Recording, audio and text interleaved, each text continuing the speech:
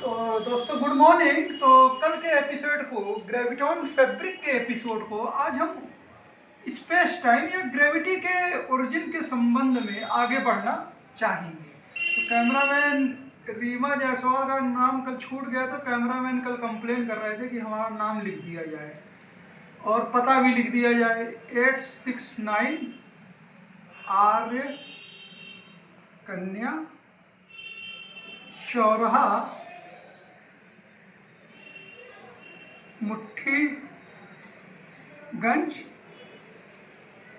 प्रयागराज। हाँ, योगी जी का प्रयागराज, इलाहाबाद, अकबर का इलाहाबाद, यूपी, इंडिया, जो विश्व के साथ सामंजस्य में है। मैं हूँ मनीष जायसवाल। तो दोस्तों कल की थ्योरी को आगे बढ़ाते हैं और रिचर्ड फेमन साहब को हम फिर से याद करते हैं।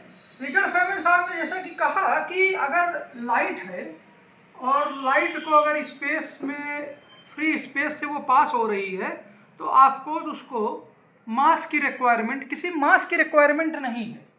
लेकिन चूंकि लाइट एक एनर्जी है और वो फ्री स्पेस से पास हो रही है, मास की रिक्वायरमेंट नहीं है। लेकिन रिचर्ड फेमन साहब ने ये नहीं कहा कि लाइट को प्रोपोगेट जिस स्पेस से होना है वहाँ मास तो नहीं हो सकता है, लेकिन क्या एनर्जी हो सकती है? हाँ, अगर हम ये मान लें कि लाइट तभी प्रोपोगेट होगी जब स्पेस में कुछ न कुछ एनर्जी पहले से मौजूद रहेगी, कुछ न कुछ एनर्जी पहले से मौजूद रहेगी, तभी लाइट प्रोपोगेट होगी। अगर ये हाइपोथेसिस हम देना चाहते हैं, महान साइंटिस्ट और सब लोग दे ही रहे हैं, तो ये जो इनर्जाइज्ड स्पेस है ये डिफरेंट है जो बाहर का, जिसमें एनर्जी लेस, ये पूरा चार्ट पेपर देखिए, एनर्जी लेस स्पेस है। मतलब जिससे लाइट प्रोपोगेट हो रही है वो स्पेस या होने वाली है, वो स्पेस जो है एक अलग स्पेस है आउटर स्पेस से। तो जाहिर सी बात है कि उसकी कुछ अपनी एक बाउंड्री है, एक सरफेस है। चूंकि लाइट जो है, जैसा फोटो इलेक्ट्रिक इफेक्ट में बताया गया कि लाइट जो है कंटिन्यूसली नहीं है, कंटिन्यूस रूप से नहीं है, बल्कि लाइट जो है एक तरह से फोटोन के, मतलब पैकेट्स में ही, क्या बोलते हैं, लाइट क्या बोलते हैं, मटेरियल से एब्जॉर्ब होती है। मतलब लाइट तो अगर इस स्पेस से पहले से ही एनर्जाइज्ड स्पेस से चल रही है, और लाइट और एक तरह से ये पैकेट्स का भी कैरेक्टर ली हुई है। पैकेट्स मतलब फोटोन के पैकेट्स जिनकी एनर्जी h म्यू पे डिपेंड करती है। तो हम ये भी मान सकते हैं कि जो ये पूरा का पूरा एनर्जाइज्ड स्पेस है, जिसको हम ES से रिप्रेजेंट करेंगे, इसका आउटर सरफेस ही नहीं है, इसमें इंटरनली पहले से ही इसमें इंटरनल कुछ सरफेसेस है, इंटरनल कुछ क्या है, सरफेसेस है। अब ये इंटरनल सरफेसेस हमें नहीं पता, लेकिन ये इंटरनल सरफेसेस क्या है, लेकिन हम इनको, चूंकि ग्रेविटी हर जगह है यूनिवर्स में ज़्यादातर, तो हम इन इंटरनल सरफेस से जो चीज़ स्पेस कैप्चर हो रही है उसको हमने नाम दे दिया ग्रेविटॉन का। क्या दे दिया नाम? ग्रेविटॉन। ठीक है। अब ये ग्रेविटॉन जो है, इंटरनल सरफेसेस इनके मूव करते हैं, तो कभी इंटरेक्शन इधर होता है, इधर होता है, इधर होता है, इधर होता है, इधर होता है, लेकिन ये इंटरनल सरफेसेस में ही एनर्जी है। ठीक है। अब लाइट जब इससे प्रोपोगेट करती है किसी डायरेक्शन में, तो ये जो रैंडम सरफेसेस एक दूसरे से लिंक में हैं या लिंक टूट जाता है, सरफेसेस दूर चले जाते हैं, आपको ग्रेविटॉन अपनी पोजीशन पे ही, लेकिन सरफेसेस लिंक तोड़ते हैं, जुड़ते हैं, सरफेसेस फ्लेक्सिबल हैं, तो होता क्या है कि ये पर्टिकुलर अरेंजमेंट अपना बना लेते हैं। तो मतलब पर्टिकुलर अरेंजमेंट मतलब क्या है कि ग्रेविटॉन, लाइट जब पास होगी तो ग्रेविटॉन के पार्टिकल्स मान लीजिए कि एक डायरेक्शन में लिंक होते दिखेंगे, एक डायरेक्शन में लिंक होते दिखेंगे, क्योंकि ये लाइट पास हो रही है ना, ये लाइट पास हो रही है। तो एक तरह से ये जो रैंडम ग्रेविटॉन सी, कल के एपिसोड में बताया था कि ग्रेविटॉन के मॉलिक्यूल रैंडमली एक दूसरे से जुड़ रहे हैं या वो कर रहे हैं, तो ये रैंडम सी एक्चुअली में एक तरह से लाइट की प्रोपोगेशन के डायरेक्शन में ओरिएंट हो जाते हैं। और इस तरह से ग्रेविटॉन सी एक तरह से फैब्रिक, ग्रेविटॉन फैब्रिक का बना ले। ये ग्रेविटॉन थ्रेड हो गई, इसको GT कहेंगे। और ये इसका पूरा जो कई थ्रेड्स हो गई, तो इनके कम्बिनेशन को, हाँ, leader of opposition Rahul Gandhi फिर याद आ गए। कांचीपुरम सिल्क, अरे बनारस की साड़ियाँ भी अपने बहुत फेमस है। मनमोहन सिंह चौहान, डॉक्टर मनमोहन सिंह चौहान का घर बनारस में ही है। हमारे मित्र HBTI कानपुर इस समय प्रोफेसर हैं। तो यहाँ पर ये ग्रेविटॉन फैब्रिक बन जाता है। एक ग्रेविटॉन फैब्रिक जो है वो और कुछ नहीं है, ग्रेविटॉन थ्रेड का फंक्शन है। ठीक है, हम इस तरह से भी मैथमेटिकली इसको, संजीव कुमार गुप्ता सर कहते थे चीज़ों को मैथमेटिकली कैसे लिखोगे आप। ठीक है, हम इस तरह से आप कर सकते हैं। अच्छा, हमने कहा ना कि लाइट जो है, अब जब ये अलाइनमेंट होता है तो एक्चुअली में ये सरफेसेस एक्चुअली में एक डायरेक्शन में अलाइनमेंट है, प्रोपोगेशन के डायरेक्शन में, जिधर एनर्जी ट्रेवल कर रही है। लेकिन ये सरफेसेस, ग्रेविटॉन के सरफेस जो हैं, ये जो ग्रेविटॉन है ये एक्चुअली में ये भी अपना सरफेस स्पेशल वे में अलाइन करता है। एक सरफेस थोड़ा सा अंदर चला जाता है। एक ग्रेविटॉन को दिखा रहे हैं हम, देखिएगा, आराम से रीवा दिखाइए, हाँ कैमरामैन, ठीक है। थोड़ा सा टिल्ट आगे बढ़ के और थोड़ा इसके पीछे जाके पीछे चला गया। ठीक, ये ग्रेविटॉन एक 3D सरफेस है। ये 3D 2 डायमेंशनल चार्ट में दिखा रहे हैं। और एक जो सरफेस है वो थोड़ा सा पीछे चला जाता है, इसको डॉट से दिखा रहे हैं। ठीक है, इस तरह से। तो ये जो सरफेस है एक्चुअली में 2 पार्टों में एक तरह से अपने आप को चेंज कर लेता है। और ये जो ओरिएंटेशन है, रिलेटिव ओरिएंटेशन ही एक्चुअली में, हमने इसको चार्ज बोला। क्या बोला? चार्ज बोला। और दूसरा ग्रेविटॉन भी इसी तरह, जो ये सेकंड ग्रेविटॉन है, ये भी क्या बोलते हैं, इसी तरह से ओरिएंटेट करने की कोशिश करता है। और ये सरफेस आगे ऐसे अंदर की ओर ना, और ये ऊपर की ओर। तो इस सरफेस में टेंडेंसी है, एनर्जी सरफेस में, एक तरह से नीचे से ऊपर, ऊपर से नीचे जाने में और अंदर जाने में। जो अंदर जाने में टेंडेंसी है वो एक्चुअली में आप इसको मैग्नेटिक फील्ड भी से रिप्रेजेंट कर सकते हैं, मोमेंटम देने की। और इसी तरह से जो ऊपर नीचे जाने की टेंडेंसी है, आप इसको इलेक्ट्रिक फील्ड इसी चार्ट के पेपर में दे सकते हैं। और इसी तरह से अगर जो बाहर आने की टेंडेंसी है, मैग्नेटिक फील्ड का दूसरा कंपोनेंट देगा, इसको हम डॉट से रिप्रेजेंट कर देंगे। और नीचे ऊपर करने की जो टेंडेंसी है ना, अपोजिट वे में, इसको इलेक्ट्रिक फील्ड का दूसरा कंपोनेंट कह देंगे। तो ऊपर नीचे और अंदर बाहर 4 डायरेक्शंस हमने कवर कर ली। अच्छा, और इनके परपेंडिकुलर एक्चुअली में ये डिस्टर्बेंस जो है स्पीड ऑफ लाइट, जो ये ग्रेविटॉन फैब्रिक थ्रेड ले लिया है, इस थ्रेड में ये डिस्टर्बेंस स्पीड ऑफ लाइट से चलता है। यही लाइट है। ये क्या है? लाइट है। अब अगर हम ऐसे कई डिस्टर्बेंस, अगर हम वास्तव में ये डिस्टर्बेंस जा रहा है, ग्रेविटॉन पार्टिकल्स अपनी जगह पे है। नेक्स्ट टाइम पे अगर एक ही समय पे इवोल्यूशन देखेंगे, ये सरफेस थोड़ा सा छोटा हो जाएगा, सरफेस वापस आ रहा है, और ये सरफेस भी थोड़ा सा ये हो जाएगा ना। तो ये एक्चुअली में एक जगह पे ये सरफेस ऑसिलेट करता है एक पोजीशन पर, लेकिन ये ऑसिलेशंस आगे जाते हैं। लेकिन फॉर आवर प्रैक्टिकल पर्पसेस हम ये मान सकते हैं कि ये जो ऑसिलेशन जो अभी यहाँ दिख रहा है इस जगह पे, पॉजिटिव और नेगेटिव, ये ऑसिलेशन अब आगे दिख रहा है ना,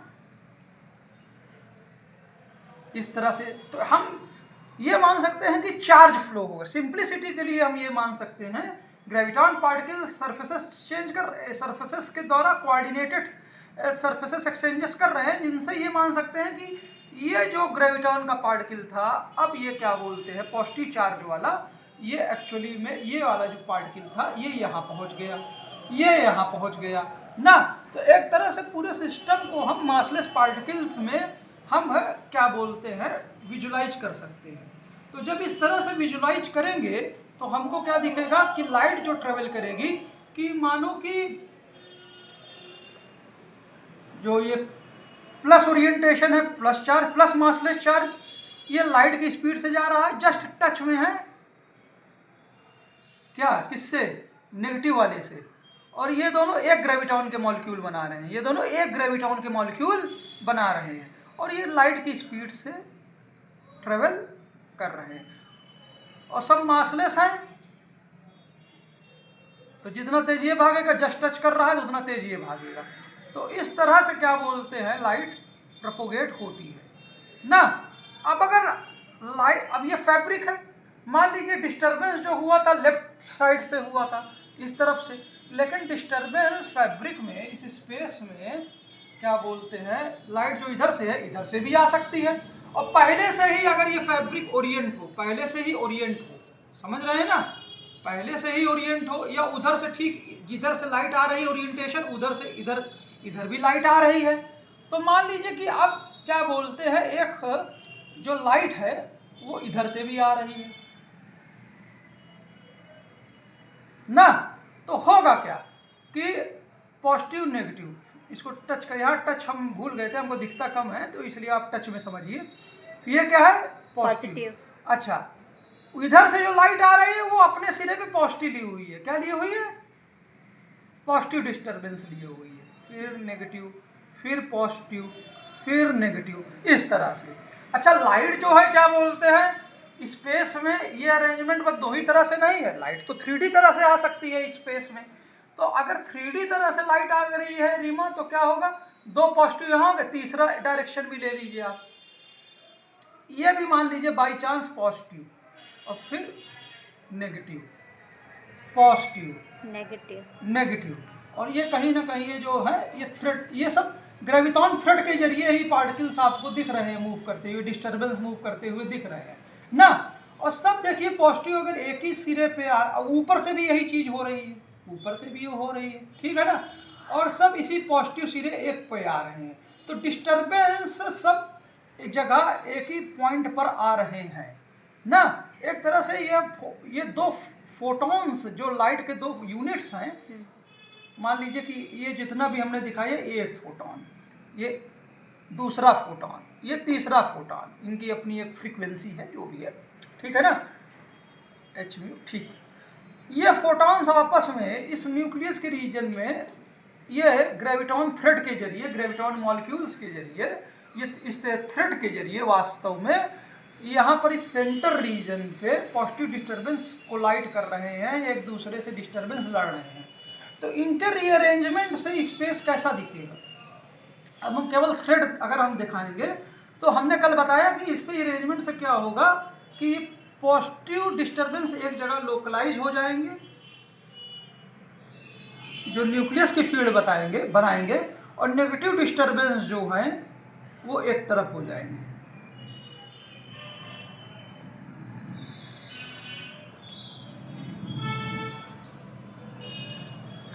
एक्चुअली में दो तरह की, ये चीज जो एक डायरेक्शन में है, ये चीज इधर भी आप बना लीजिए,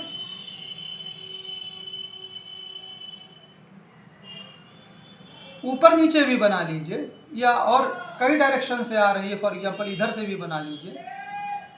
नहीं है कूड़ा, कूड़ा नहीं है, इधर भी बना लीजिए। जो हम बोले, जा रही हूँ, हम तुम कैमरा दिखा रहे हो हमारा, नहीं ना बाबू, ठीक है ना, नहीं सुनाई पड़ा वो जाए। चल, एक तरह से आप, हाँ, कहाँ गए भैया, यही ये देखिए, तो आप इधर भी बना लीजिए, ठीक है ना, थोड़ा सा, ठीक है, हाँ, ना। हाँ, तो एक्चुअली में ये मासलेस पार्टिकल्स अब रीअरेंज हो गए। एक्चुअली में एक ग्रेविटॉन पार्टिकल जो है, अब क्या बोलते हैं, ये सब ग्रेविटॉन पार्टिकल जो प्लस और माइनस में अपनी आइडेंटिटी देख रहा था, ये ग्रेविटॉन पार्टिकल्स रीअरेंज हो गए। एक्चुअली में ग्रेविटॉन पार्टिकल्स और कुछ नहीं है, मेयर क्या बोलते हैं, ये एनर्जी के सरफेस है, ये सरफेस कंटिन्यूटी में है, तो ये अपने आप को नए तरह से रीअरेंज इन्होंने कर लिया। कैमरामैन समझ रहे हो, हाँ ठीक है। तो अब होता क्या है कि एक तरह से पॉजिटिव चार्जेस सब एक रीजन पे एक जगह लोकलाइज हो रहे हैं, तो नेगेटिव चार्जेस जो हैं एक रीजन में तरफ जा रहे हैं। क्या हो अगर ये फिगर इस तरह से, ये जो मासलेस चार्जेस हैं इन्हीं को हम कहेंगे क्या, ये जो नेगेटिव मासलेस चार्जेस हैं इन्हीं को कहेंगे क्या हम, हिग्स फील्ड। क्या कहेंगे, हिग्स फील्ड, हिग्स फील्ड, ठीक है। ये ग्रेविटॉन्स के क्या बोलते हैं, एक तरह से जो नेचर है पॉजिटिव माइनस का, उनके ब्रेकेज से है ना, और ये फोटोन के कोलिजन से क्या बोलते हैं, ये हिग्स फील्ड डेवलप होती है। अभी हम न्यूक्लियस में नहीं जा रहे हैं, लेकिन आप देख सकते हैं कि पॉजिटिव चार्जेस एक तरफ आ रहे हैं सेंटर पे, टेंडेंसी पॉजिटिव चार्जेस की सेंटर की तरफ है ना, ठीक। पॉजिटिव चार्जेस की टेंडेंसी सेंटर की तरफ है, ठीक है ना, और नेगेटिव चार्जेस आउटर की तरफ है। तो ये आउटर वाले बल्ब अगर हम बड़े कर दें, क्या कर दें, आउटर वाले बल्ब सरफेसेस को अगर बड़े कर दें, क्या कर दें, बड़े कर दें, तो ये पता लगा ये दो सरफेस भी आपस में क्या बोलते हैं, ओवरलैप करने लगेंगे। क्या करने लगेंगे, ओवरलैप करने, ये डिस्टर्बेंस ओवरलैप करने लगेंगे, ये डिस्टेंस ओवरलैप। कल हमने इसकी मॉडलिंग करके बताई थी कि अगर एक डायरेक्शन में हम क्या बोलते हैं, अगर एक डायरेक्शन में देखें नेगेटिव चार्जेस को ना, तो ये जो ओवरलैप करते हैं, अगर एक डायरेक्शन में देखें तो कुछ negative charges, massless negative charges overlap कर सकते हैं। क्या कर सकते हैं, ओवरलैप, मतलब सरफेसेस ग्रेविटॉन्स के क्या बोलते हैं एक साथ हाइड हो गए, तो एक्चुअली में यही मास बनाता है। क्या बनाता है, यही मास बनाता है। तो एक्चुअली में हमको अगर चार्ज बैलेंस करना हो मासलेस पार्टिकल का, हिग्स के मासलेस पार्टिकल का, तो कल इक्वेशन हमने लिखी थी पर यूनिट वॉल्यूम, जो ये समय के साथ चेंज होगा, ये डेवर बाई डेवर्टी, हाँ, हर यूनिट पर यूनिट समय जो हिग्स मासलेस पार्टिकल की डेंसिटी जो चेंज होगी, वो एक्चुअली में 3 कंपोनेंट्स है।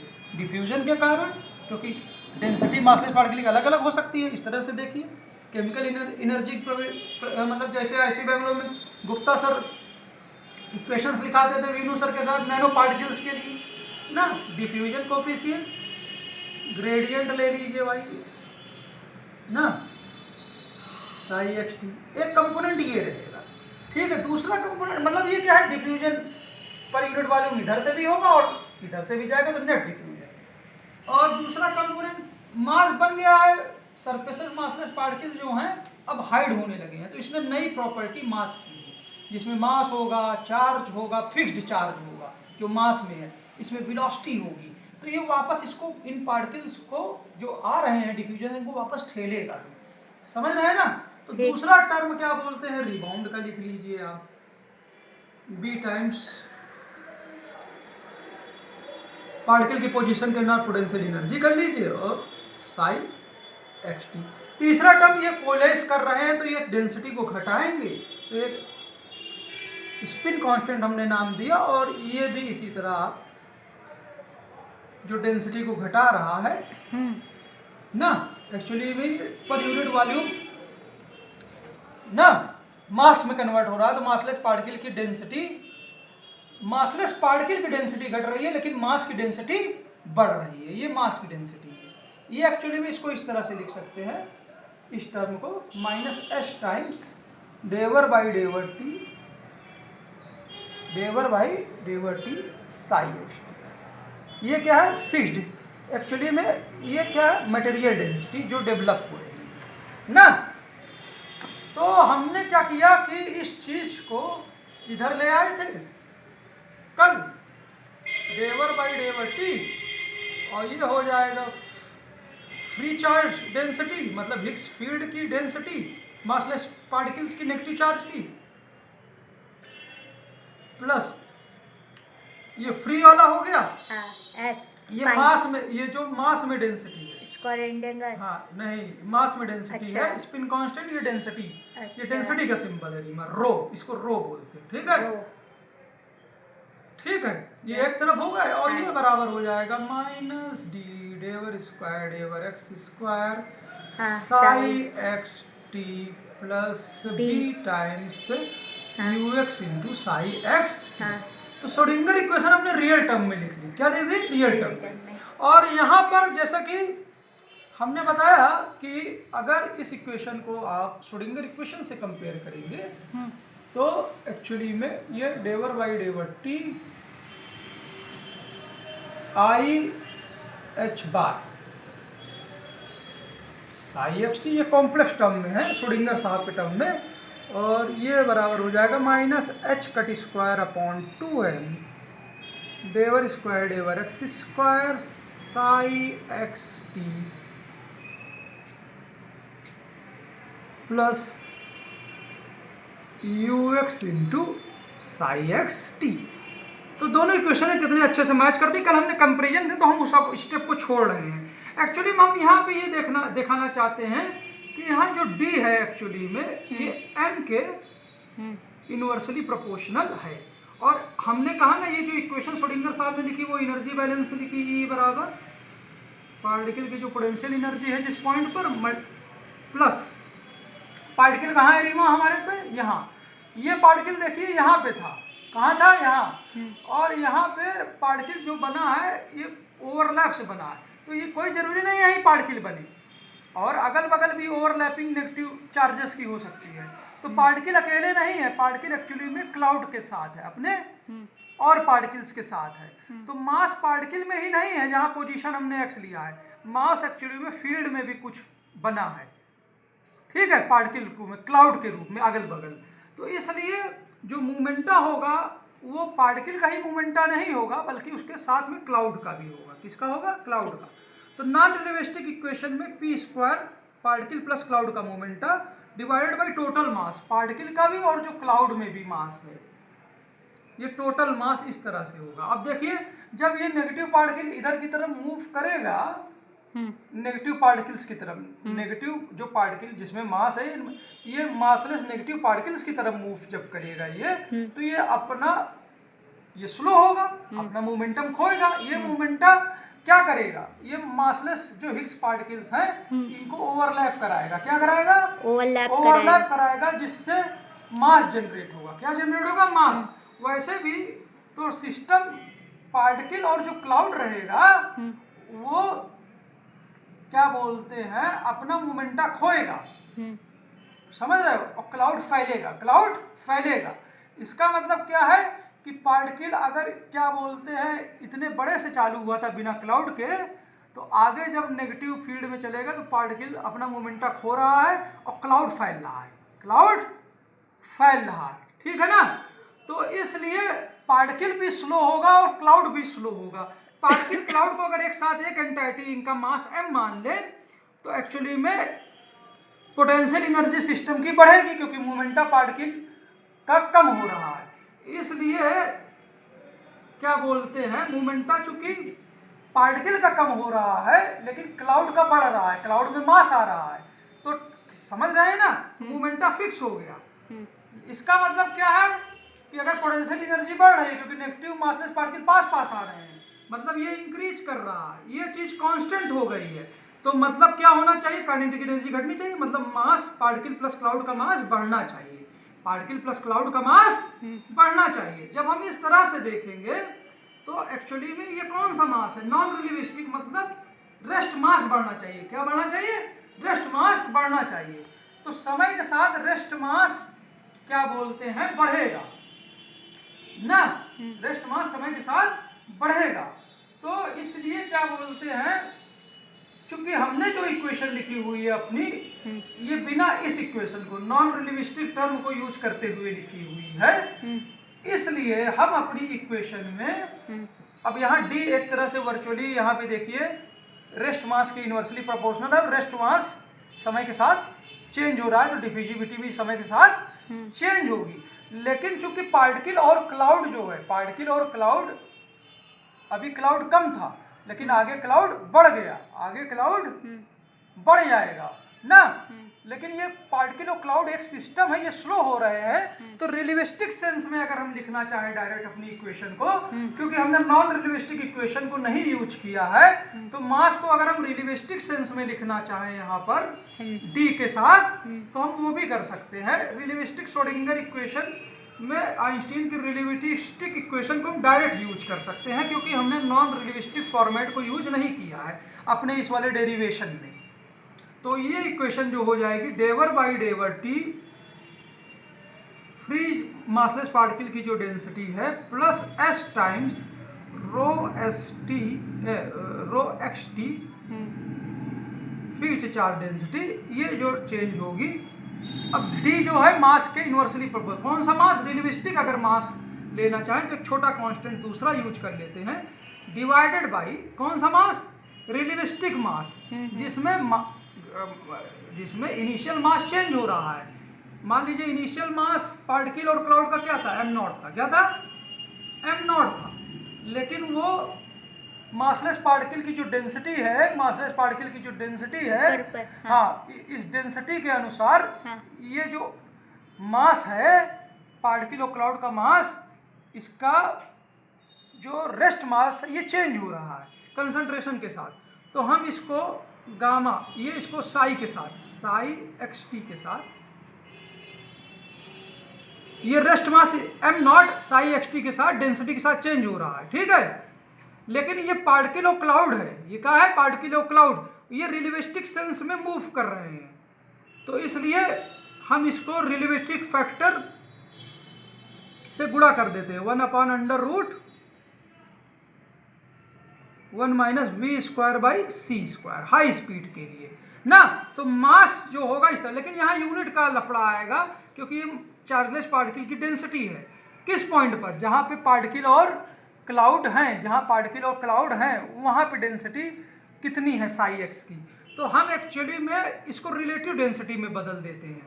कैसे बदलते हैं, रिलेटिव डेंसिटी में। तो एक्चुअली में जो डी है, हम डी टर्म को करेक्ट कर रहे हैं, ऊपर देखिए हम ये जो डी है इसको करेक्ट कर रहे हैं ना, डी को रिलेटिविस्टिक मास और रिलेटिविस्टिक मास को जो रेस्ट मास है, और रेस्ट मास स्वयं जो फंक्शन है साई एक्स टी का, इसको करेक्शन कर रहे हैं। तो रियल करेक्शन यूनिट्स के लिहाज से क्या हो जाएगा, वो एक्चुअली में हो जाएगा माइनस डी, अच्छा m0 को उसी तरह रहने दीजिए, मल्टीप्लाइड बाई इस फैक्टर को गामा आइंस्टीन का कह दीजिए, और जो ये पार्टिकल और क्लाउड जो उस समय जिस पोजीशन पार्टिकल है और वहीं ज़्यादातर क्लाउड भी है, तो वहीं कंसंट्रेशन हमने ले ली थी साई एक्स टी की, ठीक है। लेकिन ये रिलेटिव है कि उतनी कंसंट्रेशन, एब्सोल्यूट वैल्यू नहीं, बल्कि पूरे क्लाउड के संबंध में कितनी कंसंट्रेशन है वो डिक्टेट करेगा कि ये ओवरलैप करेंगे मासलेस पार्टिकल की दूर जाएंगे ना, क्लाउड गेन होगा कि लूज होगा। तो इसलिए रिलेटिव कंसंट्रेशन आप लीजिए, जिस समय पार्टिकल एक्स और टी पे है उसी समय क्या बोलते हैं, एवरेज कंसंट्रेशन एक्स और टी की पूरे क्लाउड मतलब पूरे सिस्टम में कितनी है, पूरे सिस्टम में एवरेज साई की वैल्यू कितनी है, इसको हम स्लैश एवरेज लिख देते हैं ना। तो ये एक्चुअली में ये करेक्शन कर दिया हमने। तो ये रिलेटिविस्टिक क्या बोलते हैं डी ना, ये हमने दोनों करेक्शंस कर दिए अपनी इक्वेशन में, और बाकी सारे टर्म उसी तरह रहेंगे। देखिए डी के बाद डी की जगह हमने ये लिख लिया, बाकी पूरे टर्म उसी तरह हैं। तो इसलिए del square डेवर x square psi x T plus B times you x into psi x t, ठीक है ना। अच्छा ठीक, तो इस इक्वेशन को फाइनल इक्वेशन जो बनेगी हम यहाँ लिख देते हैं किस तरह से, del by डेवर T free charge density psi x T plus जो नेगेटिव चार्ज डेंसिटी फ्री हो मतलब मटेरियल में आ गई है डेंसिटी में, जैसे ही हम मटेरियल डेंसिटी को ऐसे गुणा करते हैं तो फिक्स्ड चार्ज, वो चार्ज डेंसिटी मासलेस पार्टिकल की जो मटेरियल में फिक्स हो गई है, ये भी टर्म आ गया, और ये बराबर हो जाएगा रीमा माइनस डी, ठीक है, upon m0 multiplied by gamma, average वाला साई एक्स टी ऊपर चला जाएगा, साई एक्स टी जहाँ पार्टिकल था, अब पूरा एवरेज पूरे क्लाउड में एवरेज डिवाइडेड बाई जहाँ पार्टिकल और क्लाउड, जहाँ पार्टिकल है, कहाँ पार्टिकल है, पार्टिकल के अगल बगल ही क्लाउड दिखेगा ना, तो वहाँ डेंसिटी क्या थी, मतलब मासलेस पार्टिकल की वहाँ डेंसिटी क्या थी, वो क्या थी, पार्टिकल प्लस क्लाउड के लिए साई एक्स टी, ठीक है ये टर्म। अच्छा इस तरह से multiplied by del square डेवर x square psi x T plus rebound term वही रहेगा जो हम क्या बोलते हैं, लिखना चाहते हैं रिबाउंड टर्म ना, क्या है रिबाउंड टर्म, बी टाइम्स ये पार्टिकल और क्लाउड, ये पार्टिकल और क्लाउड मासले पार्टिकल को ठेलेंगे ना, तो स्पीड जहाँ उसकी पोटेंशियल एनर्जी हो, स्पीड उस पर डिपेंड करेगी, मल्टीप्लाई बाई जितने मासलेस पार्टिकल की डेंसिटी होगी उन्हीं को ठेलेंगे, ठीक है ना। तो ये इक्वेशन पास से दिखा दो इसको। ये क्या है, b इंटू साई ई एक्स, मतलब b इंटू पोटेंशियल एनर्जी मतलब वेलोसिटी पार्टिकल और क्लाउड की वेलोसिटी, और ये क्या है साई एक्स टी, वहाँ पे कितने मासलेस पार्टिकल हैं उसी को तो रिबाउंड करेंगे ना। तो ये हमारी क्या हो गई, रिलेटिविस्टिक श्रोडिंगर इक्वेशन। क्या हो गई, रिलेटिविस्टिक श्रोडिंगर इक्वेशन हो गई, ठीक है। अच्छा, हाइजेनबर्ग अनसर्टेनिटी प्रिंसिपल को हमने बताया ना कि आप जब भी कोई पार्टिकल, ये पार्टिकल जहाँ था ना ओरिजिनल पार्टिकल अपनी आइडेंटिटी मान लीजिए यहाँ पे आ गया और पूरी क्लाउड में तब्दील हो गया, पार्टिकल पूरा क्लाउड में, तो अब कोई जरूरी नहीं कि सेंटर से वापस जाए। जो नया पार्टिकल बने वो कुछ इधर बन सकता है, कुछ इधर बन सकता है, इसलिए जो इस पॉइंट पे मोमेंटम मिल रहा था वो आगे पीछे मिल सकता है। इसलिए क्या बोलते हैं, जो भी पोटेंशियल एनर्जी है वो उसमें कुछ अनसर्टेनिटी हो सकती है। क्या हो सकती है, अनसर्टेनिटी। और वो अनसर्टेनिटी जो होगी तो पोटेंशियल एनर्जी को आप अगर हाइजेनबर्ग करेक्शन देना चाहेंगे ना, वो पोजीशन और मोमेंटा के रेस्पेक्ट में होगी, और दोनों का जो प्रोडक्ट है वो किसके प्रोपोर्शनल होगा, एच कट के, ठीक है। पोटेंशियल एनर्जी यहाँ पे फंक्शन हो जाएगी एच कट का मल्टीप्लाइड बाई टाइम का। जब आप ये कर लेंगे तो आप पर्टुर्बेशन इक्वेशन की तरफ बढ़ जाएंगे, लेकिन हम एक्चुअली में ग्रेविटी एक्सप्लेन करने वाले हैं आज के उससे फैब्रिक को ना। तो हमने कहा ना कि एक फैब्रिक जो है, बस 5 मिनट में और बस, ठीक है ना, ज़्यादा समय नहीं लेंगे। तो हमने कहा ना कि ये देखिए क्या बोलते हैं, ऊपर से करो, ये रहा, ये लाइट इधर से आई तो फैब्रिक इधर दिख रहा है, तो कई सारे जब फोटॉन्स क्या बोलते हैं एक साथ आए, तो कई सारे फोटॉन्स जब एक साथ आए, plus minus plus minus plus, ये एक साथ लाइट की स्पीड से आ रहे हैं। ये थ्रेड बना लिए हैं इन्होंने ऊपर, जैसे हमने बताया ना, और ये अपोजिट वे में भी आ रहे हैं, और मान लीजिए कि इस सरफेस पे कोलाइड कर रहे हैं ना। ये फोटोन P1, फोटोन P2, तो एक थ्रेड ये है ग्रेविटॉन्स की, एक थ्रेड ये है, ठीक है ना। ये जब कोलाइड कर रहे हैं तो एक्चुअली में पॉजिटिव रीजन में सारे चार्जेस आ जा रहे हैं, और ये पॉजिटिव चार्ज भी सरफेस हाइड करते हैं अपना पॉजिटिव, तो मास बनाते हैं, सरफेस हाइड हो रहा है, ग्रेविटॉन्स का सरफेस हाइड हो रहा है, ठीक है। इसी तरह से हमने बताया ना कि ये नेगेटिव रीजन में जब नेगेटिव वाले सब एक तरफ हो जाएंगे ना, नेगेटिव वाले नेगेटिव हिग्स फील्ड बना लेंगे, ये पॉजिटिव हिग्स फील्ड हो गई, ठीक है ना, ये एक तरफ आ गए। अच्छा, यहाँ पे भी हमने बताया ना कि ये जब एक तरह से ओवरलैप करने लगेंगे तो मास यहाँ सरफेस हाइड यहाँ होने लगेगा, और यहाँ पे भी सरफेस हाइड यहाँ होने लगेगा, ठीक है।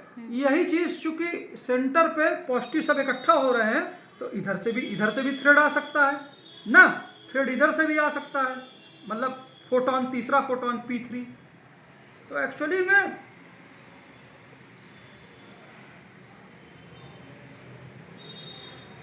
ठीक है ना ये।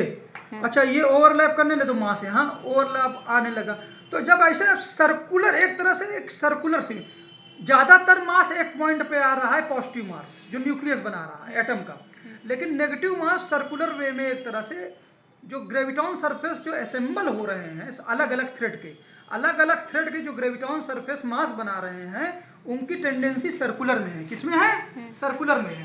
पहले स्पेस क्या था? पहले स्पेस एटम के बनने के पहले, ये एटम फॉर्मेशन है, एटम के बनने के पहले स्पेस जो था वो रैंडम था। क्या था?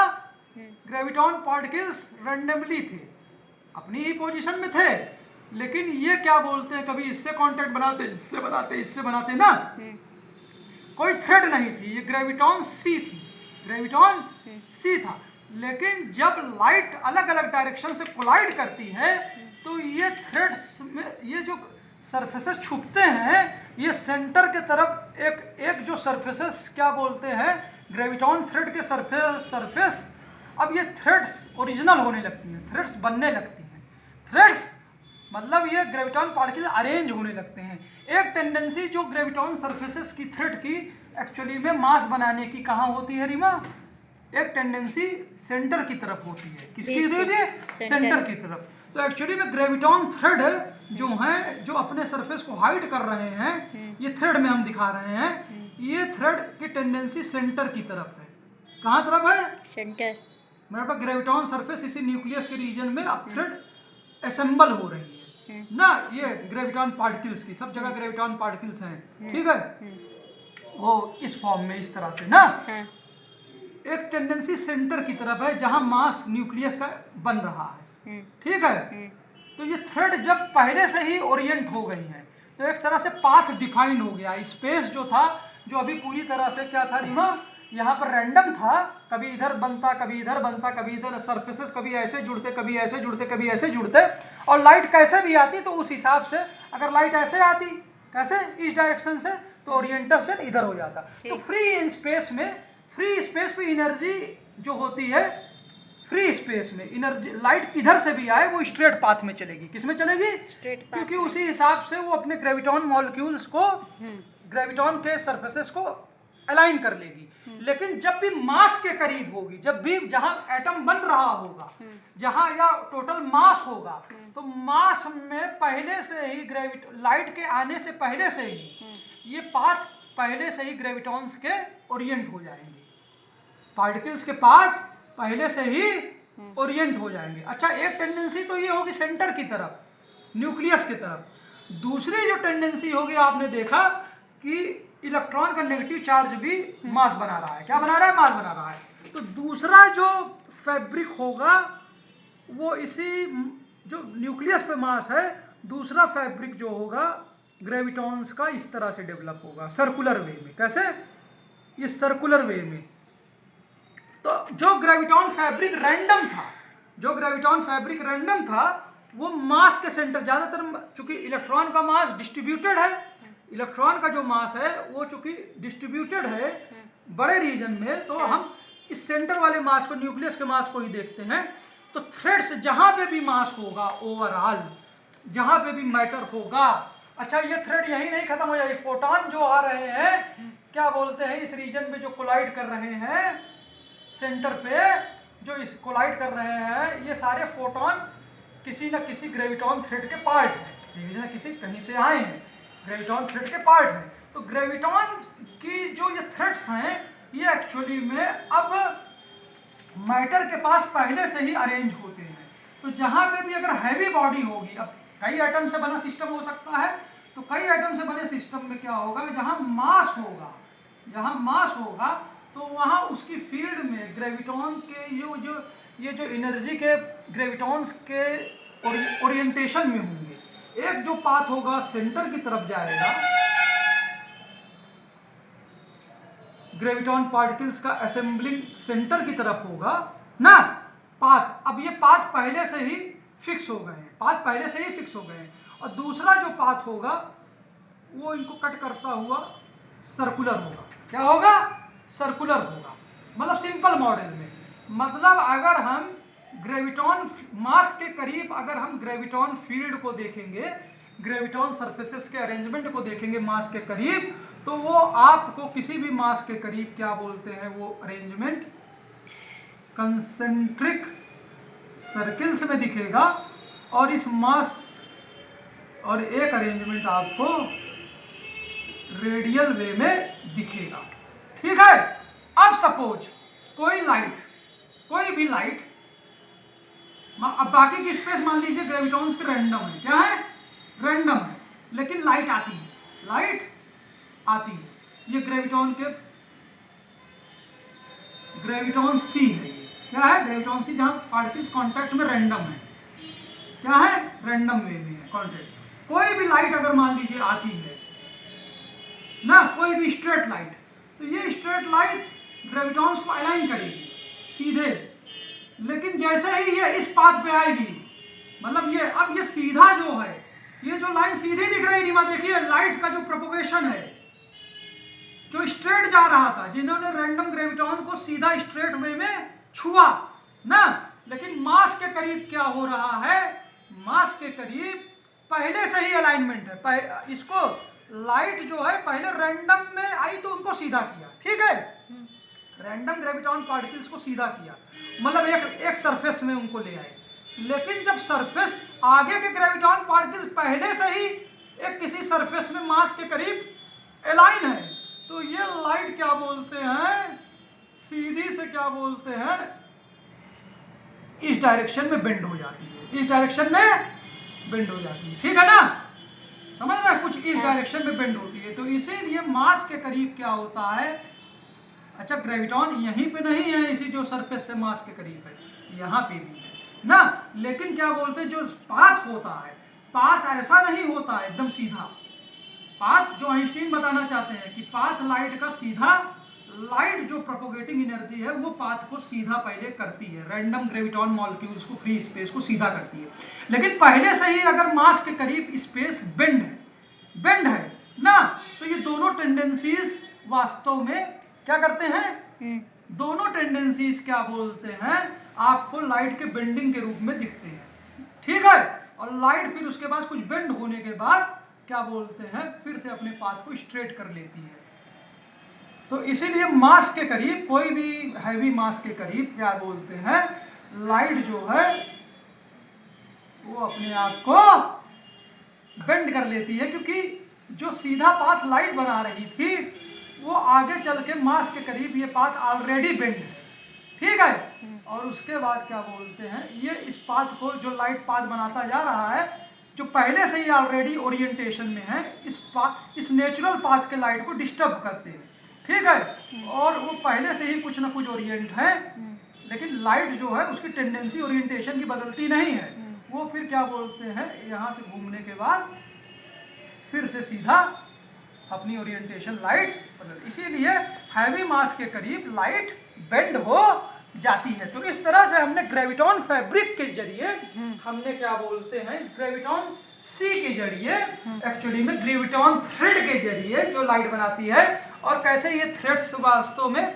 मास जब बनता है, जब एटम बनता है, और हमने इक्वेशन भी लिखी कैसे हिग्स फील्ड बनती है, इसी ग्रेविटॉन थ्रेड के जरिए।